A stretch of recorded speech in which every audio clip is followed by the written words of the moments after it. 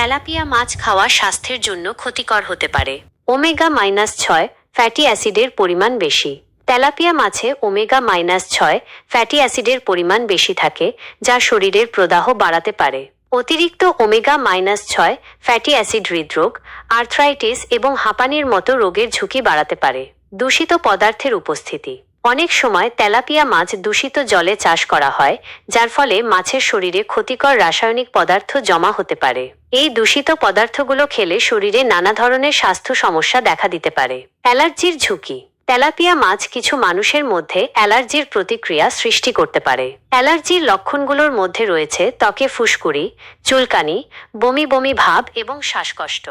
ক্যান্সারের ঝুঁকি। মার্কিন যুক্তরাষ্ট্রের কৃষি বিভাগের ইউএসডিএ গবেষকদের দাবি, তেলাপিয়া মাছ খেলে ক্যান্সারের ঝুঁকি প্রায় 10% বেড়ে যেতে পারে। অন্যান্য স্বাস্থ্য ঝুঁকি। তেলাপিয়া মাছের মধ্যে ডাইঅক্সিন এবং ডিবিউটিলিন নামক রাসায়নিক পদার্থ পাওয়া গেছে, যা শরীরের জন্য অত্যন্ত ক্ষতিকর।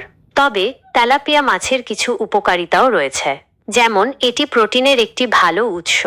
পরিমিত পরিমাণে এবং সঠিকভাবে রান্না করে খেলে তেলাপিয়া মাছ ক্ষতিকর নাও হতে পারে।